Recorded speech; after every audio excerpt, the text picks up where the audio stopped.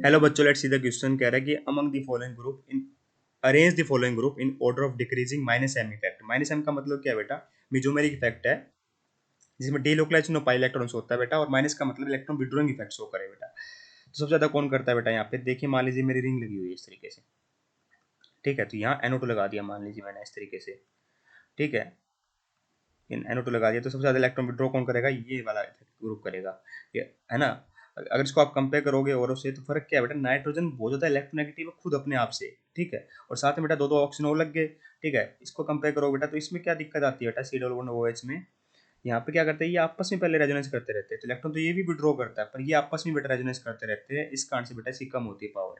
तो तीसरा केस बेटा मेरा CN है, तो CN केस में क्या होता है? मेरी यहाँ पे हाइब्रिडाइजेशन ही SP हो गई बेटा, SP हाइब्रिडाइजेशन होगी, इस कारण से बेटा 50% S कैरेक्टर होता है, तो हाईली इलेक्ट्रोनेगेटिव होता है, पर इसका जितना नहीं होता। इसलिए 1 2 3 में सबसे ज्यादा 1 होगा, उसके बाद 3 आएगा, फिर आएगा बेटा मेरा 2, ठीक है। पर 2 को और 4 को भी कंपेयर करो ना बेटा, तो 4 वाले केस में क्या था बेटा मेरा, सॉरी 2 वाले केस में क्या था बेटा मेरा?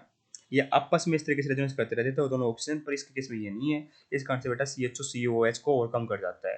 तो सबसे ज़्यादा होगा बेटा मेरा 1, उसके बाद होगा बेटा मेरा 3 इलेक्ट्रॉन विड्रॉल इफेक्ट, उसके बाद 4 शो करेगा, फिर लास्ट में बेटा सेकंड शो करेगा। तो ये ओवरऑल ऑर्डर बनता हुआ दिखाई देगा।